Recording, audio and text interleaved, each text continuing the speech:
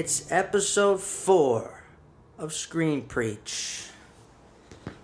And it's day number 7 of quarantine.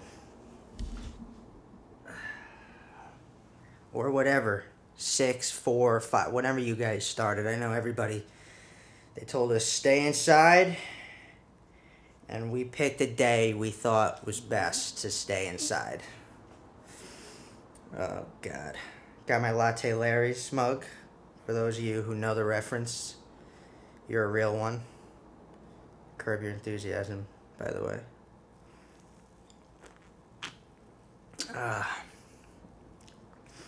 Okay. So, follow the show. Follow the show on Instagram at Screen Preach. Follow me on Twitter at the Ben Morganti. Go take a look at my website, benmorgantistory.com. Go read the screenplays that are up there. If you're having fun, you're enjoying them, I put the first 15 pages up. If you're enjoying them, you want to read the rest, you can contact me and I'll send you the rest. No joke. They might actually be a fun read, and don't try to tell me you don't have time right now. How do you like that? I did it in the beginning of the episode this time, because for all you fuckers out there who don't watch the whole thing, that's all the stuff that I say at the very end that you should really be sticking around for. You want to support the show and everything. Alright, so what's going on? Okay. They have... so it's lockdown time, and I don't know, I'm about slightly more, motivated to party for days on end when this is over. Because seriously,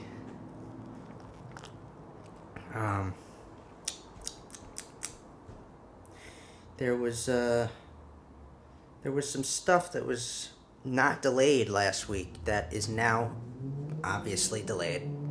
Everything that I said was like, okay, Black Widow's not delayed. Let's hope it doesn't get delayed. It's delayed.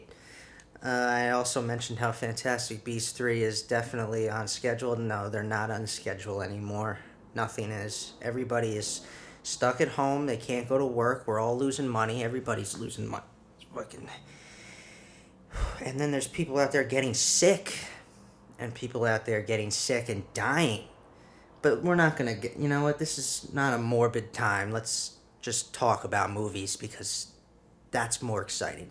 And I'm sure, given everything that's going on, everybody's just watching stuff. And I got that movie Contagion, which I forgot about. That was 2011 that came out. And man, there's a lot of similarities in that movie with what's going on. So I know people, it jumped up the charts. People are watching it. It's cool though that they're releasing stuff early, digitally. Just Mercy. They're releasing The Gentleman early. They're releasing Birds of Prey early. And The Invisible Man, which I'll be talking about today, that is available to rent right now, digitally. Which is cool. Because nobody can go to the theaters.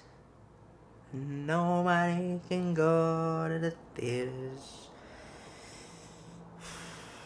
We couldn't have a better week to talk about The Invisible Man. Because as you'll see, I'm going to make a point of pointing out that the movie is really about the idea of, we human beings fear most what they can't see. That's what makes The Invisible Man scary at times. It's because of that. And what is scarier?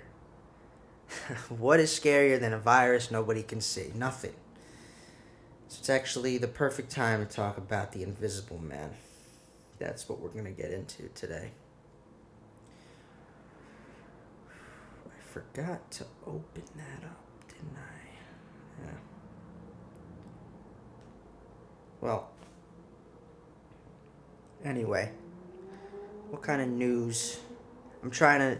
Obviously, stuff is delayed, but I'm not going to talk about it anymore. We all got to stay at home and watch whatever we got. I'm going to talk about news that's interesting. There was interesting news this week, which is cool. So, for starters, West Side Story, the remake. Steven Spielberg is doing it. First actual photos were released for the movie. I didn't know Ansel. What the fuck is his name again? Ansel Elgort. I forgot his name. He's in it. He plays Tony. Okay, cool. Yeah, that guy. From Baby Driver and shit. And Divergent and stuff. He's in it, and I don't really know a lot of the cast, but it's cool. The set photos are cool. I don't know, if you were a big fan of the original, it's cool. It's worth taking a look at Spielberg's remake of it. Oh, cool! Look at this, huh? Really, really, computer, you're awesome. Let's just take all my tabs away that I had open. No big deal. Nah, I don't need them or anything. Jesus Christ. This is what I'm dealing with, people. Every week, this computer does something to me. Every week. I can't get a smooth week of recording without the computer saying, you know what, let's fuck it up.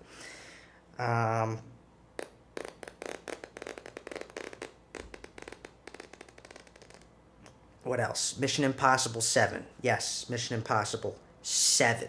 Because there's 7. Well, there will be 7. And that does not fall under the same category as the Fast and Furious movies. And here's why. First of all, they subtitle every movie. Okay? It's not... After Mission Impossible 3, they started subtitling the movies. They're not called Mission Impossible 4, 5, 6, 7, 8, 9. No. They all have subtitles. The last one was called Fallout. I don't know. There's no subtitle yet for this. So for now, I'm calling it Mission Impossible 7. But, there were set photos for that, which is cool. I will put those up. Because they're underway with that. I guess I don't know what's going on. Either they're filming it, I guess. Maybe that's not delayed? I don't know. Maybe those pictures were taken a couple weeks ago. I don't know. But these are them. But it's an important time to keep in mind how this, pandemic is potentially going to change things in this country. I think since it's about movies and TV, it's important to talk about movie theaters and how this could affect them. Because if they're with this whole thing going on, they could lose some money, big time, from this. It could sink the box office to below $8 billion for the first time in 20 years. So that's what we're dealing with. And Christopher Nolan, director of Dark Knight Trilogy, Inception, Interstellar, he made a point of reminding people to stand behind theaters when this is all over. Keep movie theaters alive. And I agree with him 100%. I know it's the last thing you want to do when this is all over is go to the movies. You want to go party and do whatever, but find a couple nights here and there, go to the movies, because the movie theater experience is very important to preserve. It's an experience. You won't feel movies, feel them the same way if we didn't have theaters. The theater experience is its own thing, and it's important. You can't tell me that sitting at home and watching it, even on your TV, is the same thing. The lighting is not controlled. The distractions are not controlled. Your phone is right there for you to look at, for you to ignore the story. I could go on for days about how it's different. I mean, there's people who don't even use a TV. They fucking use their phone or their iPad or whatever. And it's like, not, it will never be the same. We need theaters. The theater experience is worth cherishing. It's worth preserving. And I urge people to, when things come back, you know, find time to go to the movies, see some stuff. Christopher Nolan's new movie, Tenet, which I can't wait for, is coming out soon. And, yeah, that'll definitely be one of them that I go see in theaters. I will be going. I urge everyone else to do the same. Here, I'm going to get to something cool that I found out yesterday, but I'll wait on it. Let me just... George R.R. Martin, author of the Game of Thrones books, A Song of Ice and Fire books, he said he's officially, yes, he's writing Winds of Winter, the 6th book, while this is all going down. And yeah, he should be. We all got plenty of time now. He's been sitting on that one forever. But he said he's writing it. He's writing it while this is going on. What else? Yeah, so Kevin Smith said that he heard that Daredevil will be in the 3rd Spider-Man movie. This is interesting. It's interesting, first of all, because a lot of the things Kevin Smith says he heard doesn't end up becoming true. So that's first of all. But second, it's exciting to spark a conversation about this because it's potentially Daredevil from Netflix, Charlie Cox, his Daredevil, which would finally bridge the movies with the Netflix shows. I don't know how much stock I would put into this, but it would be so cool, obviously, if Daredevil showed up in the 3rd Spider-Man movie. Let's just leave it at that. It would be awesome. But who knows? I don't know. We got, there were some rumors too. Sony. So Sony's apparently potentially developing a solo and man wolf Marvel film. Okay, so Sony again, they're making their films separate from the MCU, like Venom and Silver Sable and whatever, and Morbius. If they can connect it effectively to the MCU, then it's cool. If they're not doing that, then it's annoying.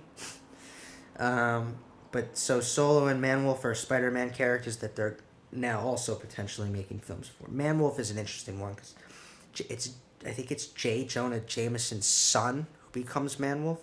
It's like becomes like a space werewolf or something. That would be cool to see on film, of course. That's cool. But like I said, if it's not part of the MCU, it's just annoying. We don't need separate Marvel universes. There should, at this point, only be the one that there is. I don't know. The big things with Marvel, like apparently Vin Diesel said that Groot in the next Guardians movie will be Alpha Groot, so he'll be back to like his full form that we saw him in the first one. But Alpha Groot is also like a more intelligent, I believe, version. I don't know exactly. But along with that, there was so I mentioned how Christian Bale is officially back. I mean, he's been confirmed to be in Thor Love and Thunder, the 4th Thor movie. And now there's a rumor that he forms like a new Revengers, like a new team like that consists of Rocket and Groot from Guardians and like Korg and Meek and Valkyrie and Jane Foster as a female Thor. That's like his new team, and they're fighting um, Christian Bale's villain, who we still don't 100% know who he's playing, but the rumor is that he is playing.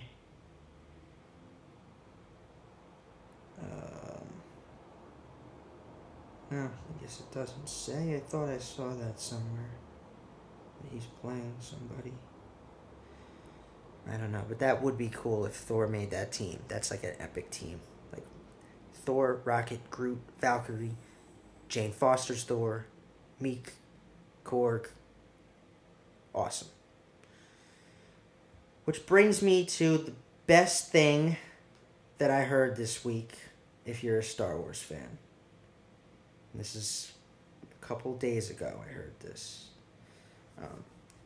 Before I even say it, also want to mention how there's a rumored title for the third Spider-Man movie right now. It's called Spider-Man Home Run. Okay?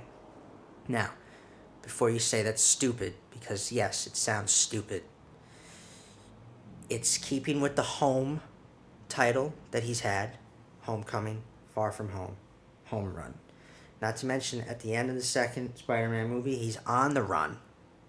Okay? He's going to have to go on the run. Now that his identity has been revealed. Spoilers. Should have said that first. So, home run makes sense.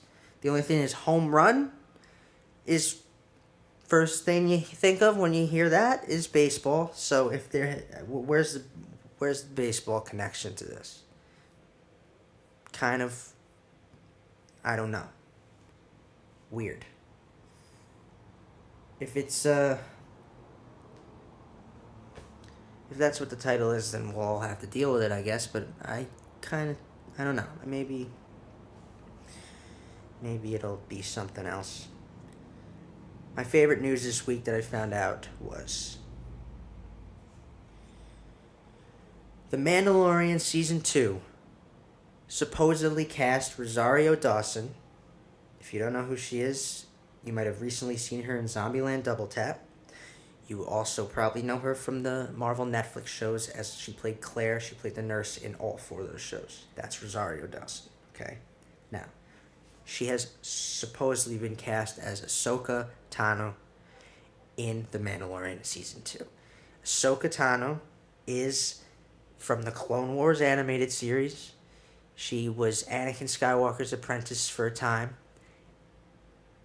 And now she apparently is getting her live-action debut in The Mandalorian Season 2. Supposedly. Not 100% confirmed, but that would be very cool to see. They already said there's going to be some lightsaber action in Season 2 of The Mandalorian, so if she's in it, probably going to be some lightsaber action. That was cool to hear about. Not a whole lot of news, like I said, but that's because everything is about how many people are getting sick, or what's shutting down, or what's delaying. I don't know. I'm gonna go crazy, I swear. It's just like, it's been too much inside. All I can do is go outside, take walks, go to the beach. That's it. I can't go to work, can't make money, can't go out and drink, can't go to a comedy club and see some of my favorite comedians, which is a cool part about living in LA. Can't go do it. I don't know. It's just like we're all at a standstill. It's really not cool. And for me, I'm newly moved out here, and I don't know a lot of people, so it's much more. I'm much more isolated than I've ever been. Because I also just don't think it's the best time to go and meet people. It's not exactly the best time to start making friends. If somebody's sick, I just don't want to get sick. And even if it's like, okay, yeah, young people are kind of okay with it, but like, I just don't want to get sick because it would just be annoying to deal with. And I write. I still can work on my stuff. I can't go to work and make money, but I can write. I've been nonstop writing. I'm writing every day. I would be less motivated to write if I was fucking unbelievably sick. I don't want to get sick, so I'm not going to go meet people. If you're at home and you're like with your family or you're with friends, you know, it's easier to get through this. You guys still hang out and do stuff, whatever you can. It makes it easier. I got hairy, farty, poopy McGee over here that I just clean up after. Oh, what? What? I don't know. It's all right. We're all gonna get through it. It's all good.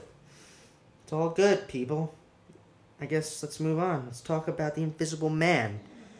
This was total. I didn't even know about this movie. Like it just like I just started seeing posters for it, and then I saw a trailer, and I was like, why didn't I hear about this?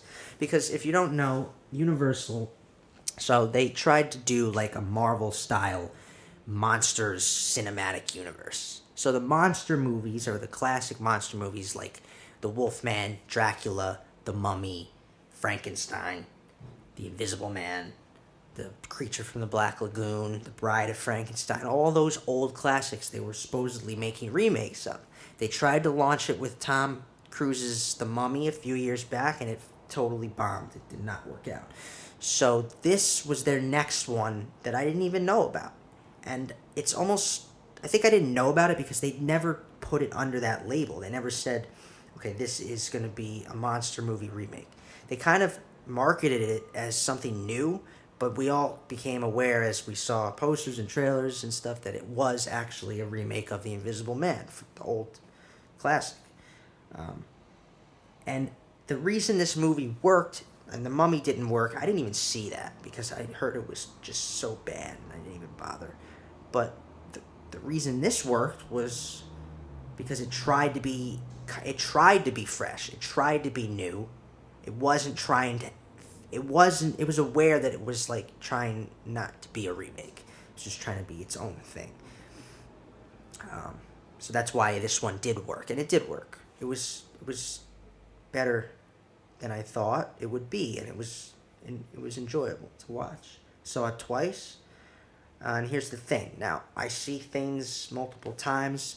If I think it's better after the second screening, then it truly is a good movie or a great movie or an amazing movie, whatever. If I see it, if I see a movie a second time and I didn't think it was as good, then there was clearly then it wasn't as good as I thought, intentionally. But let's talk about it. Spoilers ahead for this. As usual, it's not. It was in theaters, but they're not open. And like I said, it's available to rent digitally. So go and watch it. But yeah, in terms of story and script, like I said, fear was the main driving point of this movie. The main theme was obviously fear. But the way fear is tackled in this film is unique in that it's the epitome of, like I said, we fear most what we can't see. And we all know what that's like right now.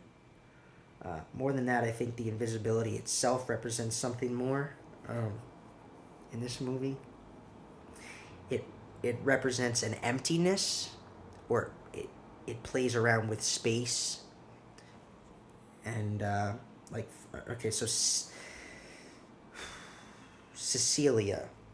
First of all, that's another thing about this movie. I had a hard time figuring out what people's names were for a little bit there, because you have Cecilia and you have Sydney, and then for a second I thought her name was Celia, not Cecilia.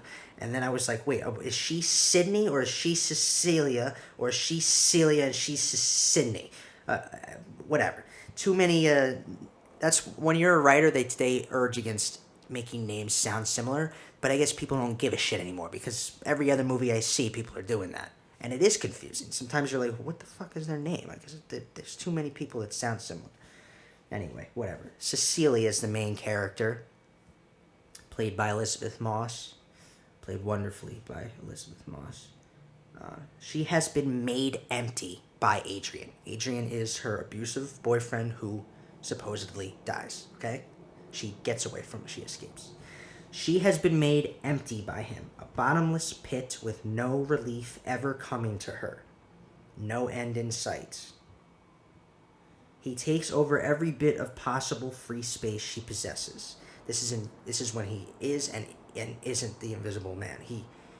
He totally overwhelms her in every way possible. She is trapped by him. Occupies her space in every way. Even when she thinks she's alone, okay? Now I'm talking about when the whole invisible thing starts happening.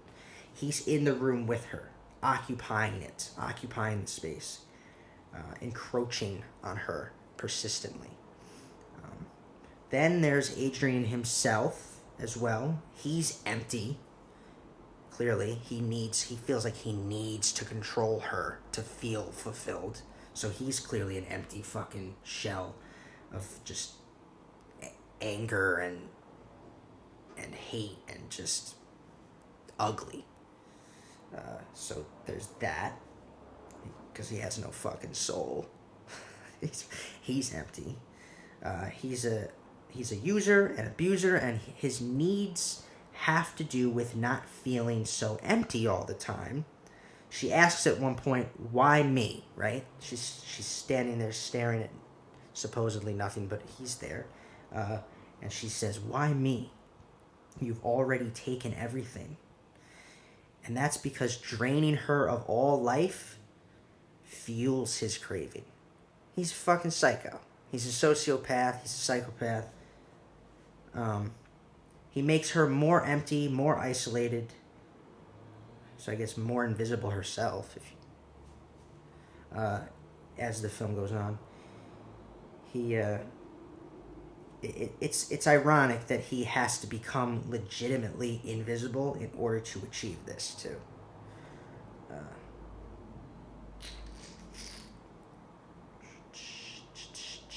The fear is that which we cannot see, because then it can become anything. When you can't see something, it takes on a life of its own in your imagination. It could be anything to you.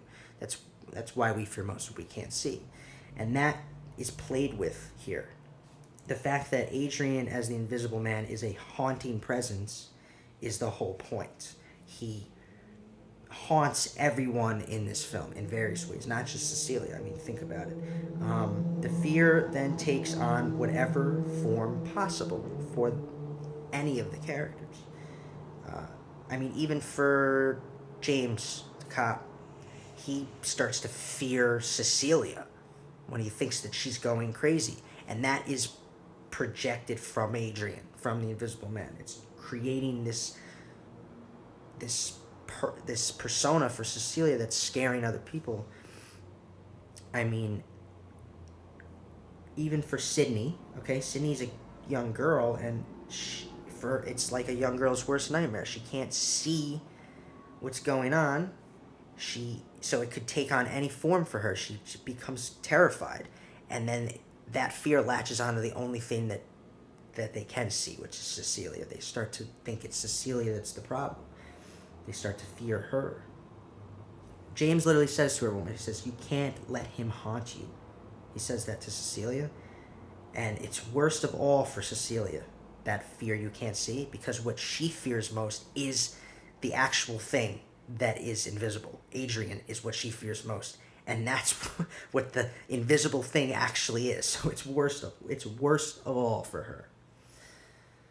The Invisible Man represents fear itself. For Sydney, I mentioned, and the theme for fear being that you can't let fear control you. It's interesting, because that's what it comes back to, is that fear, whether it's a fucking invisible person, which is not real, obviously, but fear in general, fear, whatever you're scared of, I think this is supposed to represent that, like fear itself, not just like some physical thing. But fear itself can either control you or you can fight it. You can let it take over or you can fight back and overcome it. That's the main thing here. That's the main like relatable point of this film.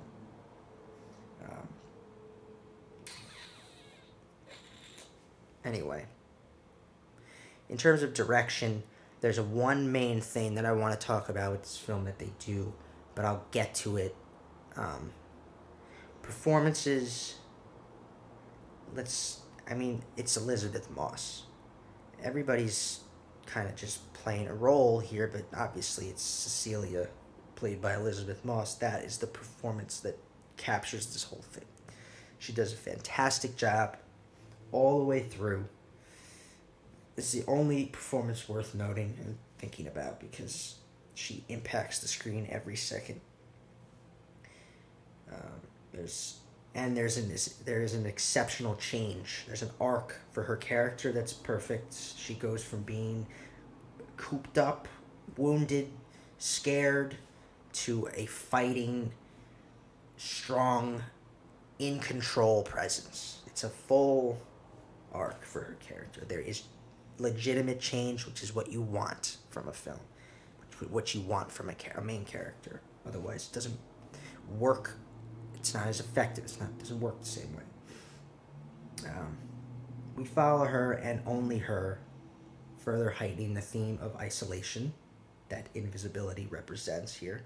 Think about it. It's like isolation is another way of being invisible, and he makes her isolated, and we follow. She just keeps finding herself separated from people around her because of what he's doing to her, and we, the audience, are with her most of the time because of this too. A couple little things I wanted to point out, just because I liked them. The glass in the beginning, in the opening scene, I thought that was cool when she twirls the water in the glass to show it has drugs in it. It becomes like this translucent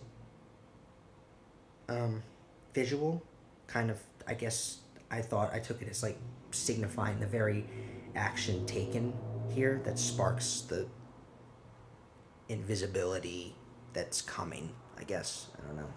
Maybe not. It's just like a stupid little thing, but I also loved little nods to the original Invisible Man. So it's very much a remake of that classic. They have nods to it. There's a brief moment in the hospital where Cecilia and a patient stare each other down, and the patient is extensively bandaged all over his body and all over his face. That is reminiscent of Jack Griffin, the original Invisible Man, from the 1933 classic film, where in that film he had to put stuff on his body. Then there's also like there's the creative choice here to make the Invisible Man invisible through a suit, okay? Because if someone was actually going to do this in real life, that's how they would do it. That's the most like logical thing. That it's just interesting that it was a technological achievement rather than a biological or chemical thing, because like right off the bat it's more with the times. It's more modern. This is more likely how someone would do it. If they were going to do it, they would make some kind of like high-tech suit. In the original, it's a chemical thing making him invisible, and he has to put something on in order to be seen. Here, it's the reverse. The putting on of something is what makes him invisible. So I thought that was cool. And the suit is interesting, because like it seems like it could be made. Like it seems like someone could make this. Like all the little cameras on the suit, that's what you hear, by the way. When you hear the clicking at times, that's just the camera taking like a million pictures all the time in the suit. And that's like not far off from some things we have. Like they do the 3D printing. Right now, you can go and get like a 3D model of yourself. It's kind of like that. Like you have to get in a machine, and there's a bunch of cameras in the room, and they take a bunch of different pictures to create the. It's like kind of similar to that. It's what it made me think of.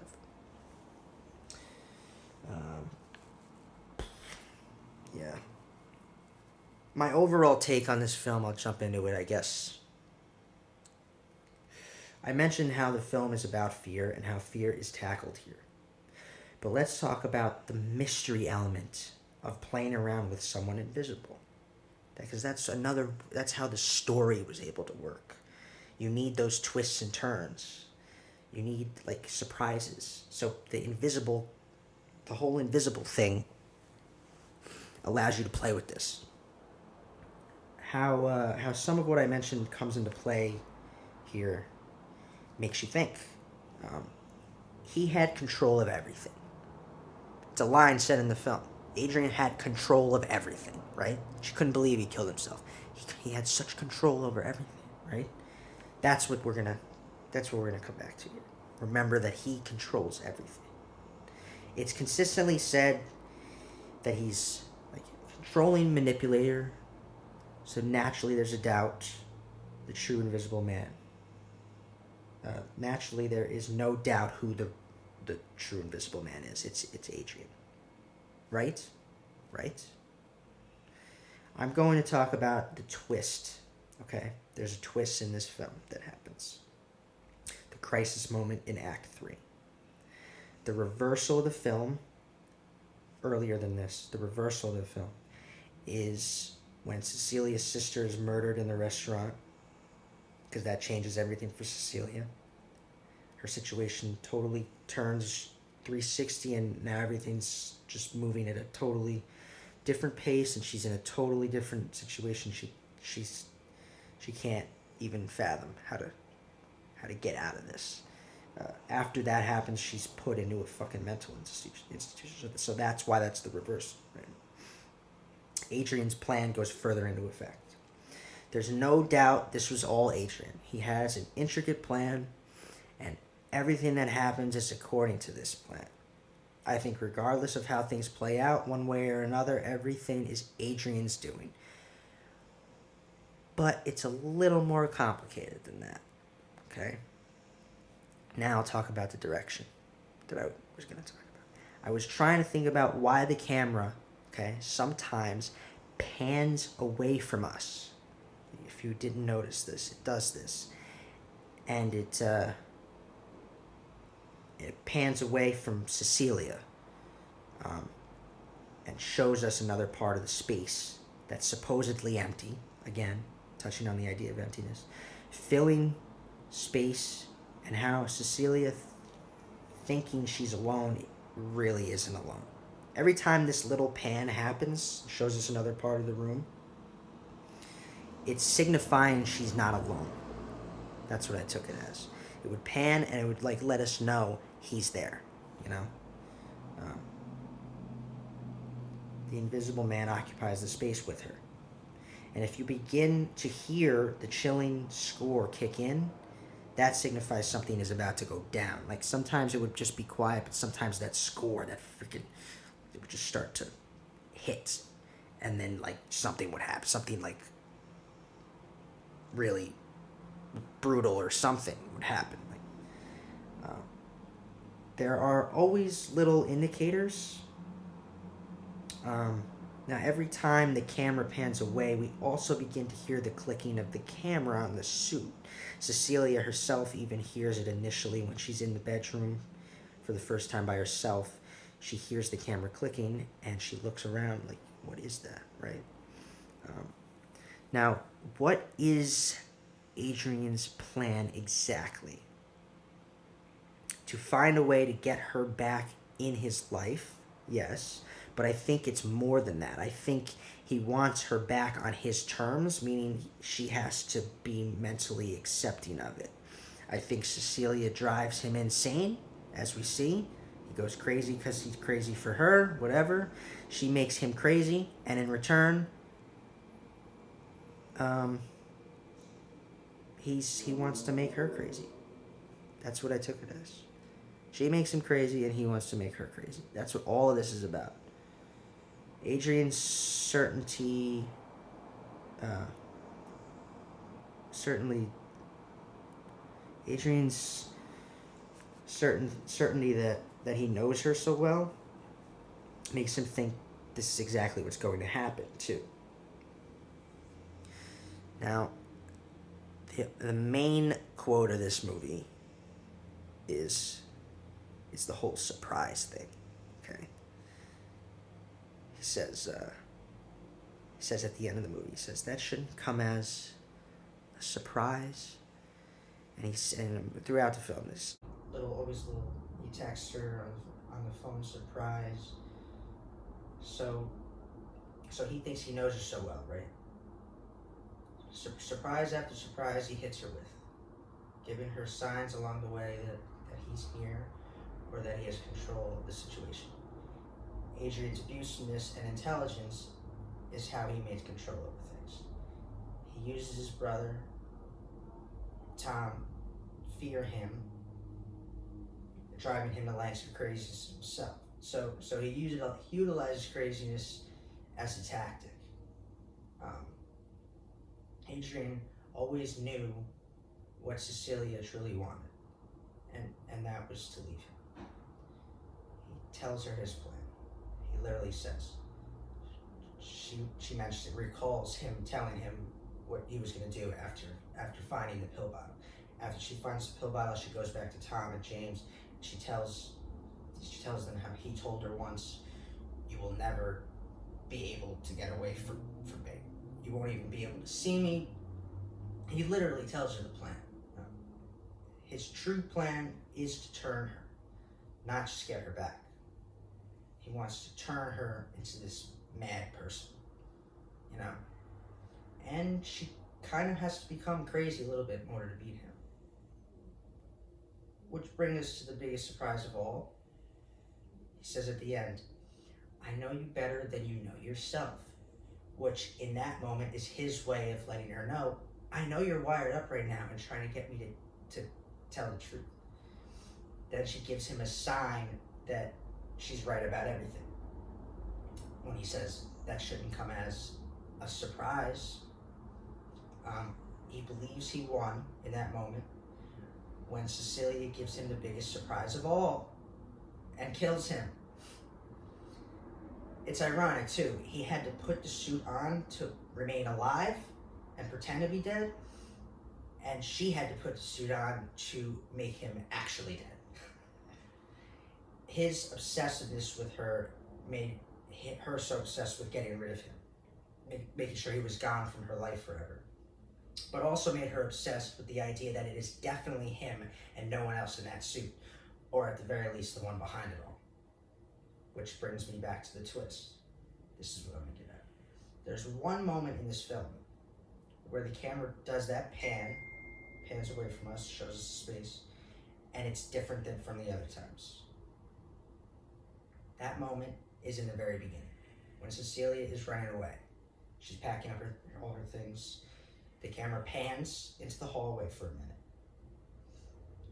There's no clicking in the cameras. We don't hear the suit or anything like that, but it pans. It does, nonetheless. It pans. And now I'm thinking to myself, going off of what I said before, this pan is meant to signify the invisible man's presence. Whenever it pans, it's like, okay, he's there. So why would it do that at the beginning? Adrian was asleep. He was clearly asleep. She kept looking at the camera monitor. She saw that he was asleep. Why did it do it? At first I was like, oh shit, this is the film telling us that it was Tom, right? But then I remembered that Adrian is control of everything. Adrian is control. Don't forget that. The conclusion I came up with is this. It's possible Adrian was never in the suit. It was always Tom in the suit. But it was all part of a master plan by Adrian.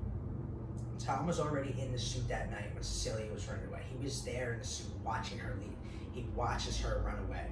And then he goes and he probably wakes Adrian up and tells him about it. Adrian runs after her because even then, if there's a chance to keep her caged a little longer, it means he doesn't have to go through with his plan yet, especially when his plan potentially means locking himself in the basement of his house, because that can't be fun for anybody, even for a sociopath. You know, so obviously he went after her and tried to get her back. Kind of heads up a little bit, right? What if it was Tom in the suit the whole time? But it's all Adrian's master plan. He is the true mastermind. It's just a thought. It's not necessarily true, but I thought it was something to think about. Because, yeah, the truly invisible man is the one you never see coming. And that would be the biggest twist of all. Adrian is the invisible man because he destroyed Cecilia's life, all without even having to be there for her. Think about that. If he wasn't in the suit at all, he was totally tormenting her and destroying her without even being there for her. What's scarier than something you can't see? I'll tell you. It's something you can't explain. Did he make her crazy, or did he inadvertently make her fearless and strong, thus causing the ending and killing him? I'm gonna go with that one. He had to take control. She had to take control of Adrian in order to be free. Even Cecilia had to question the whole time, the whole thing. Once learning Tom was in the suit, it's only natural that she would be like, wait a minute, this can't be. But she remembers who she's dealing with, and when he gives her the only sign she needs, right, she becomes a surprise. That was enough. That was enough to give him the surprise he ultimately deserved. Okay. Now, I saw this film twice, like I said, and the first time I really, really enjoyed it because I did not see that twist coming. Because I did not expect to see Tom under that mask. But it doesn't have the same effect when you see it again. And then there's a couple other little things that you notice. Come on. For instance, the reversal. The murder of her sister. Is the first thing you're going to do when you see a floating knife cut your sister's throat is throw your hand up and open it? She throws her hand up, opens it, knife goes in. I guess he put her hand up, opened it, put the knife in, all at the same quick time as cutting her throat, but it just seems like a lot. Seems like she just threw her hand up and opened it, which is not what you're gonna do when that happens so fast. The first thing you're gonna do is probably nothing at all, because you're gonna be shocked, and then you're gonna react. It came off a little corny the second time. First time, though, you're like, holy shit. And then also there's the fact that Tom kills everybody in that hospital, but happens to leave the last guy alive. It's like, come on, dude. You're almost there. You killed everyone else. Kill this guy. Why would you leave one person alive to tell the tale? Oh yeah, it's because the movie needed a reason to help Cecilia prove her innocence. It's like just one of those, we happen to need to do this for the sake of the movie, I don't know. A lot of things didn't hit me the same way the second time. So that's why this is not a great film. But it's just a good, fun, enjoyable movie. My overall rating of it was an 8.1. It was good, like I said. And that's where I'm going to leave it, too. Yeah.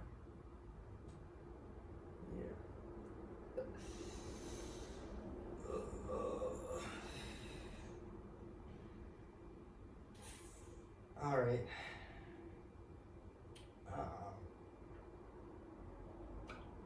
Alrighty.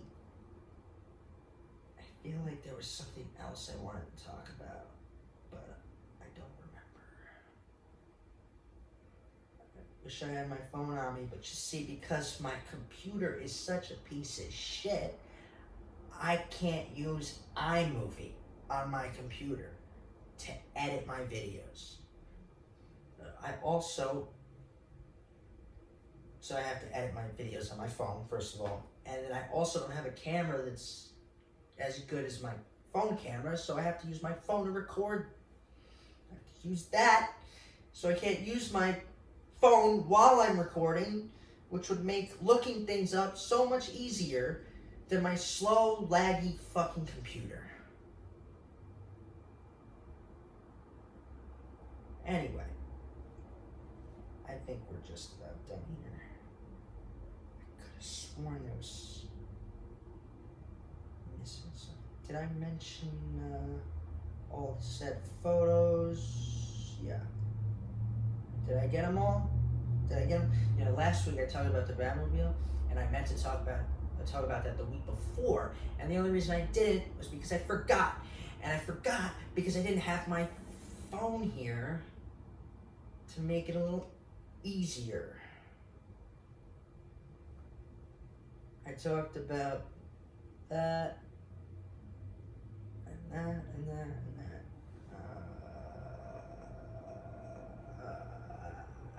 I don't remember if I'm forgetting something. Nah, I think we're good. Let's do our sci-fi quote of the week this week, and it's this. There's something out there waiting for us, and it ain't no man. We're all gonna die. Name that movie.